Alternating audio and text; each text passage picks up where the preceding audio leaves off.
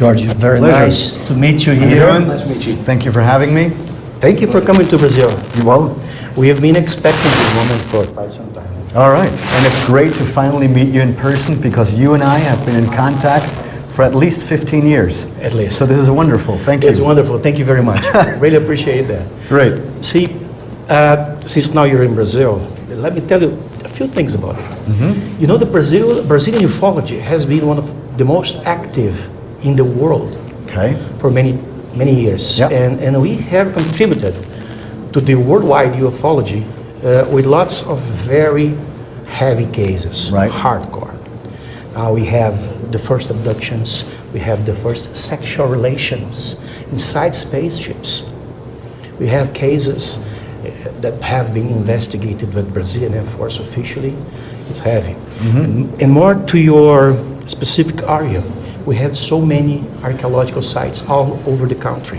Okay. Pyramids in the Amazon, Pedra de Ingá, that I know that you are willing Yes. to visit, Okay. and so many others.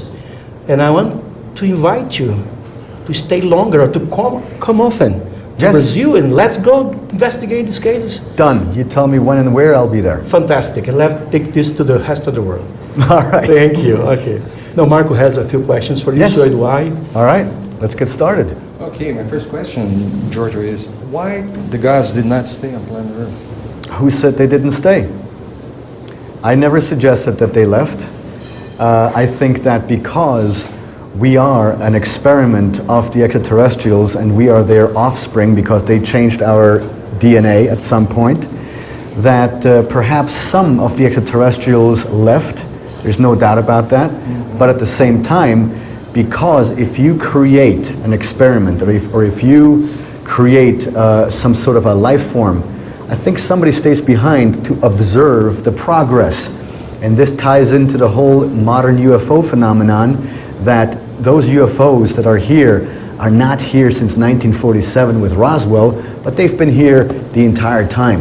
In fact, you can look at this in the Middle Ages. There are some paintings at old churches from the Middle Ages that show what seem to be UFOs up in the sky or with beams coming down and things like this. So the UFO phenomenon has been around forever, and I think that there certainly is a bridge between the ancient astronaut theory and modern ufology. Okay, so... And by the way, what I also need to say is, you asked, why did the gods leave? I want to make clear to all our viewers that there are no gods. There never were any gods, there never will be gods, because they were simply space travelers that our ancestors misinterpreted as gods, because our ancestors, while they were as intelligent and intellectually capable as we are today, one thing can be said for sure, that their technology was primitive. Their technological frame of reference was way lower than what we are familiar with today. So, if today extraterrestrials were to descend from the sky, we would immediately say, these are extraterrestrials. But back then, when they came down from the sky, of course our ancestors said they are gods, not because they were gods, but because our ancestors misinterpreted them, because they had no idea that what they were witnessing had something to do with nuts and bolts technology. So when we talk about gods, it should always be with a lowercase g, a small g. Okay, but at the meeting that they never left, do you think that we are on the verge of a large-scale contact, a 6th or 5th grade? That's possible. I think we will make official contact within our lifetime. If this happens tomorrow or in 50 years, I have no idea. But I think that we are right now in a paradigm shift, that more and more people are embracing the idea of extraterrestrials through shows like Ancient Aliens, but also through Hollywood movies and entertainment shows and things like this. Now, I completely disagree with many of the Hollywood movies. I think they're great entertainment, they're great fun to watch, but to subscribe to the idea that if extraterrestrials come, they will colonize us and destroy us and kill us and all this stuff. That's entertainment. Because, yes, and that's my, no, I think it's fantastic entertainment. Yes, of course, it's 2 hours of escapism. I mean, movies are a fantastic way with which to change the paradigm or the mindset of many people, because if the extraterrestrials were to show up in the next couple of hours, the three of us and many of our viewers would be delighted, very happy. Oh my God, it's finally happening. But the great majority of the planet, they would run around like chickens, completely terrified and, if I may say so, panicked. Because, you know, we've always been told in our entire existence that we are the greatest. There's nothing bigger than us in the universe. We are the crown of evolution. And that's simply not the case. How do you figure out that we can diminish the panic worldwide spread when they come? Well, this is why we have to talk about the extraterrestrial question, and that's why shows like Ancient Aliens are so successful. I mean, now we have over 132 hours of television, all in which we explore the possibility whether or not extraterrestrials have visited us in the past. And as we all know, in many of the ancient texts, we have this promise of a return. And so they will be back. And, you know, my good friend and mentor, Eric von Daniken, always says that it is up to us to embrace this idea. Otherwise, we will have the shock of the gods. And, you know, I think that we have enough intellectual capacity right now to understand that we are not alone in the universe. Because in the 60s, you didn't have many scientists, or especially bioastronomers, who would explore the question of intelligent life out there. You would only have a handful, like Frank Drake, Francis Drake, also Francis Crick with the DNA and all these things. But today, you will hardly find any scientist who says we are alone in the universe. Pretty much everyone now says, yes, they're out there. But now the taboo topic is not that they're out there. The taboo topic is, okay, we know they exist, they're out there, but they were never here. And this will be the next change. That in the next 20 or 30 years, even scientists will come to the conclusion that we have been visited. What is still missing for they to reach to that point? Because it's so obvious to so many people. Well, yes, it's so obvious to so many people, but I think that, you know, on an individual level, we all have to be ready on the inside to accept or to look at these pieces of evidence and agree with them. That's on an individual level. And there is nothing that I can do, there's nothing that you can do or you to convince someone. You have to be ready for yourself, because, you know, sometimes a lot of people come up to me and they say, well, you know, we like Ancient Aliens, but how come you never present any concise evidence? Yeah, anything convincing. And I'm like, have you been watching the show? Have you been reading the books? There's so much. So this illustrates people are either ready for this or they're not. And so it's up to the individual. Yeah. It takes me to another question. Now, the theory of ancient aliens tells us a lot about our past and how different it is than what we learned from the history books and etc. It all has to be rewritten eventually. But what the theory of ancient aliens tell us about the future of mankind? I don't think any history books have to be rewritten, because the history books are already correct. Even the archaeologists say that many of the ancient monuments were built for the gods in order to worship the gods. So it's all already in our history books. We just have to change the meaning behind who these gods were, because you have the archaeologists who agree that many of the ancient structures and many of the ancient texts talk about these gods. And then archaeologists say, all right, mystery solved. They tap each other on the shoulders and they say, we now know everything. And this is incorrect, because we now have to explore the question, who were these gods? Because what we are being told right now is that all these stories of these gods descending from the sky were nothing else but the imagination of our ancestors. And I disagree with this, because you will not find any reputable psychiatrist or psychologist who will say to you that an idea comes out of a vacuum. Every idea comes with a spark of inspiration. Somewhere it began. And so we now have to encourage the archaeologists to explore the question, who were these gods? And sooner or later, they too will come to the conclusion, or to the realization, that they're not a figment of our ancestors' imagination, but that our ancestors were the eyewitnesses of some extraordinary events. So nothing has to be rewritten. It just has to be understood that, you know, when we talk about gods, they were extraterrestrials. Yes, and what does the theory of ancient aliens tell us about our future? Do you have any reflection of what happened in the past, happening in the future?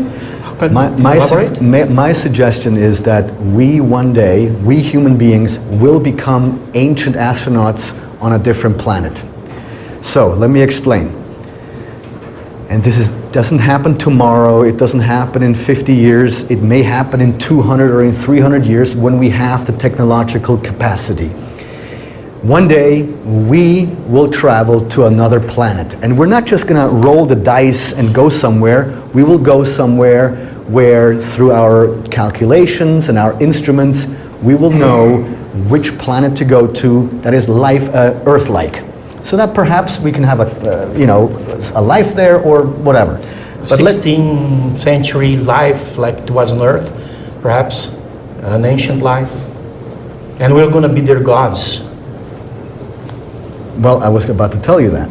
Yes. So let's say that we arrive at a far distant planet, and let's assume for a moment that intelligent life exists on that planet. And not from the 16th century, but from life from 10,000 years ago here on Earth.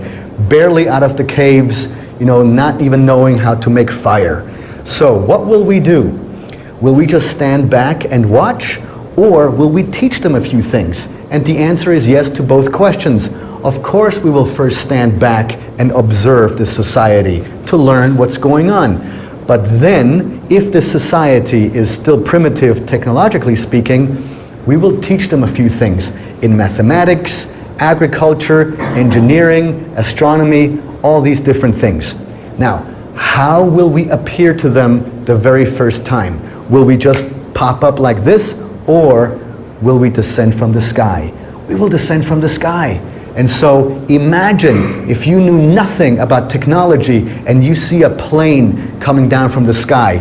You will freak out and you will say, I have just met God. When we all know it's not God, it's a plane.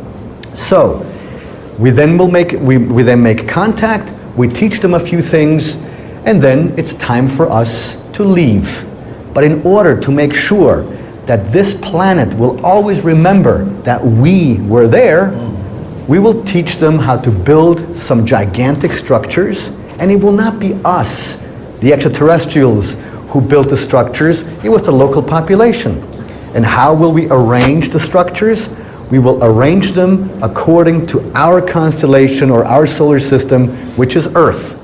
So there will be a time, 10,000 years in that future of that planet, when there will be people exploring the same questions that we are talking about now, that there are these legends and mythologies of a long time ago someone descended from the sky.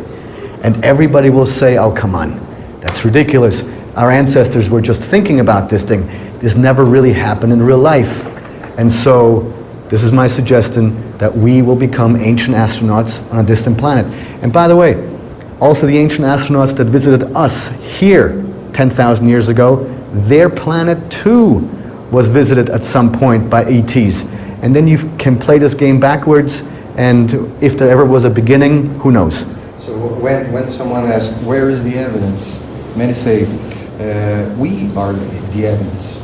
Yes. You agree with this? I absolutely agree, and that's a fantastic observation because, you know, according to the ancient astronaut theory, and you know, for example, in the Bible it says, and then God created man in their image. That's what the line says. Now, in the original Hebrew, God is not a singular term, it's a plural term.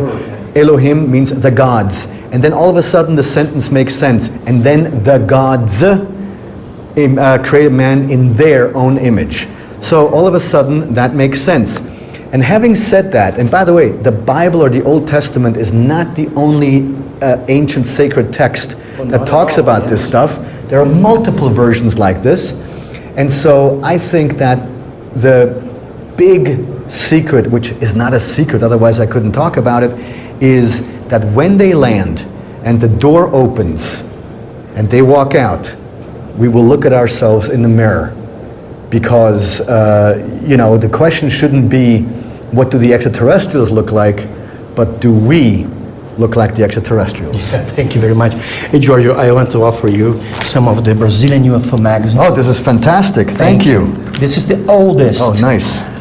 UFO magazine in the world. It's been on for 35 years. Oh, congratulations. We'd like to have an interview with you. We'd like to have an article. And we'd like to invite you to come to Brazil for lectures too. All right. You're perfect. Always welcome, man. Thank you so much. Thank you. Thank you for having us. Great questions. Yeah. Thank you. All right.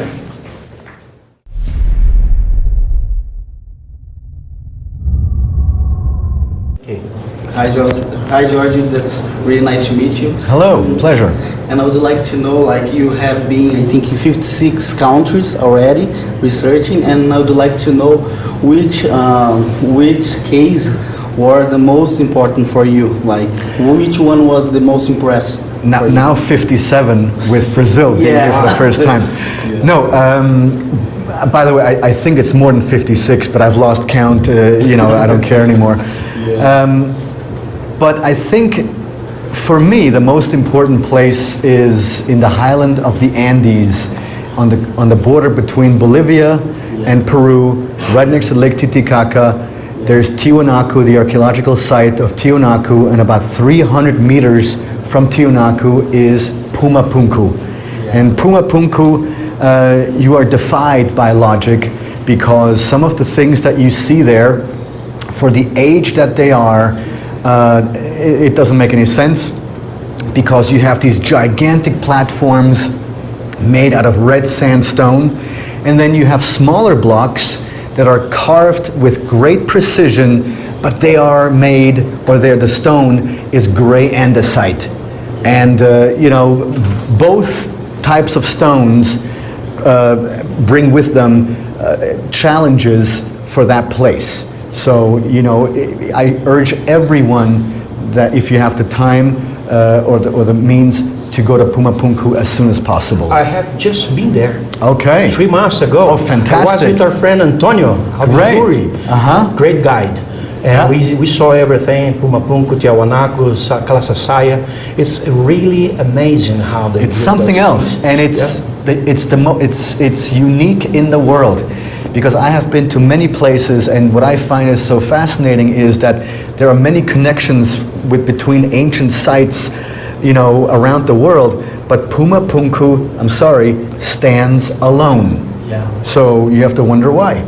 Are you willing to do a trip with the Brazilians to explore these places? Of course. And teach them how to do it? Sure, you set it up, I'll be there. All right. I just took a group of about 26 people in September of 2016, and they all came back as changed people. So they loved the experience. Yes, yes. I've been quite a while in the Andes, and those are really transforming experiences. Mm-hmm. Yes. Titicaca, especially those places that you just mentioned. Yeah. That's fantastic.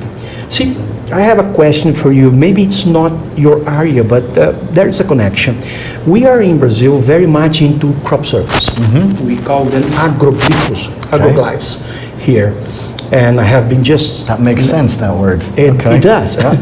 And just 2 weeks ago, I was in England with Gary King, our friend as well, and we explored some crop circles there, but we have our own here.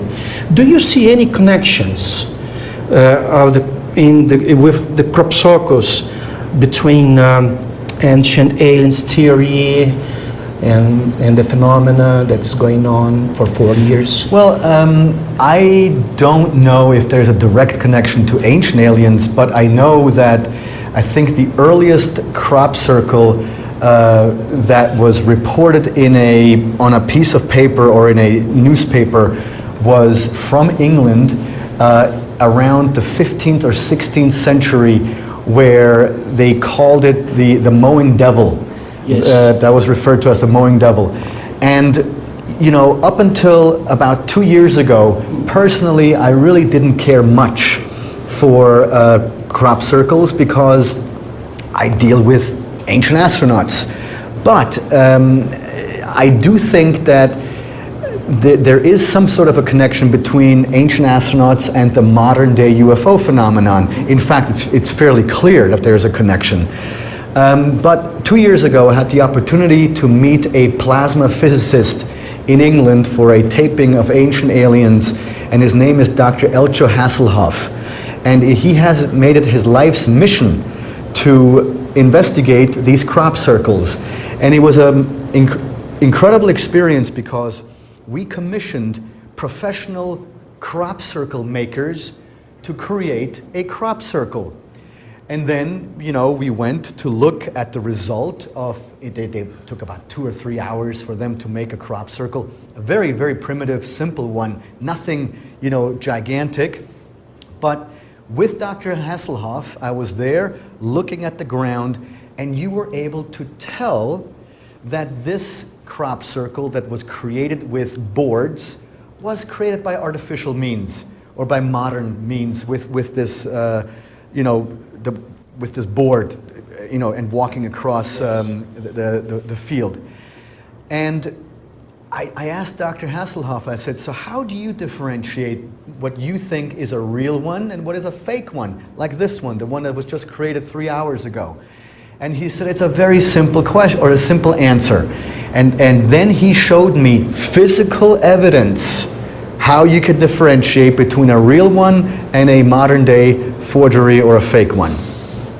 And what he showed me blew me away, because with all these wheat stalks, if you look at the stalk of the wheat, every so and so many inches, you have what's called a node. A node, yes. And in his research, and he showed me pictures of this from real crop circles, he showed me evidence that some of these nodes became elongated by 300%. Yes. Now that's a thing of the impossible in real life unless this was achieved by some other means.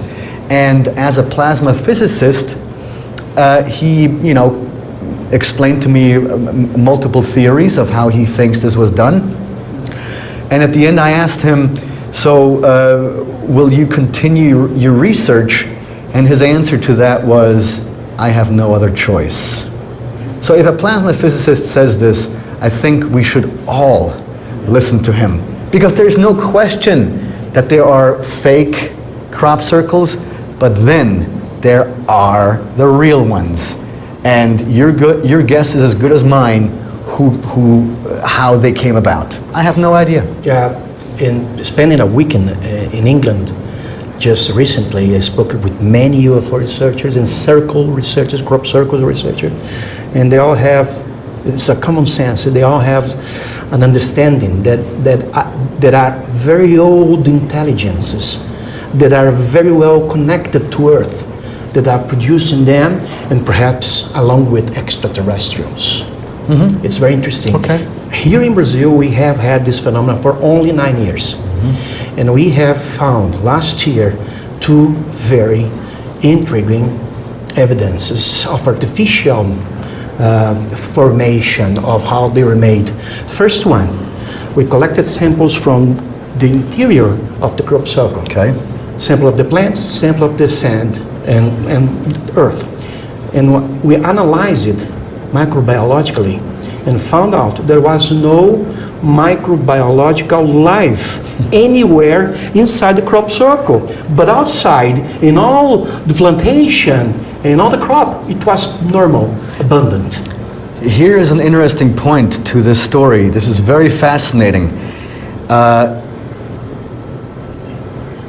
Read Eric von Daniken's book, Voyage to Kiribati, because he went to Kiribati in the mid-1970s, and there is a stone circle on Kiribati. It's in the South Pacific, Yes. It's an island. I read the book. There you go. In which he describes that there is a circle and anything living that goes into it will die. In fact, there's birds that fly over it and then they fall out of the sky. So, now that you mention that there is this phenomenon here in Brazil, who knows if there's a connection between Brazil and Kiribati? Because also there, and of course Eric, luckily, didn't step inside the circle, so that's a good thing, you know. But you know, so there are these strange phenomena that seem to be going on this planet, and you know, I think it's great that there are people that are investigating these things. Oh, we are. Because there's something there. We are devoted and committed to it. Yeah. Thank you. Thank you. See, in closing, I just want to let you know that an editor in Brazil just published a book about the series, Aliens in the Past. Okay. Right? And it's Laszlo Editora from Belo Horizonte, and they wanted that you know that. Okay. You are everywhere in that book. Great. And we're going to make sure that you get a copy. Yes, please. Or more than once. Thank you so much. Thank you very much. Thank you again for having us. Of course. And we meet again. Thank you. Thank you. This weekend. Until next time. All Thank you, right. my friend. Thank you.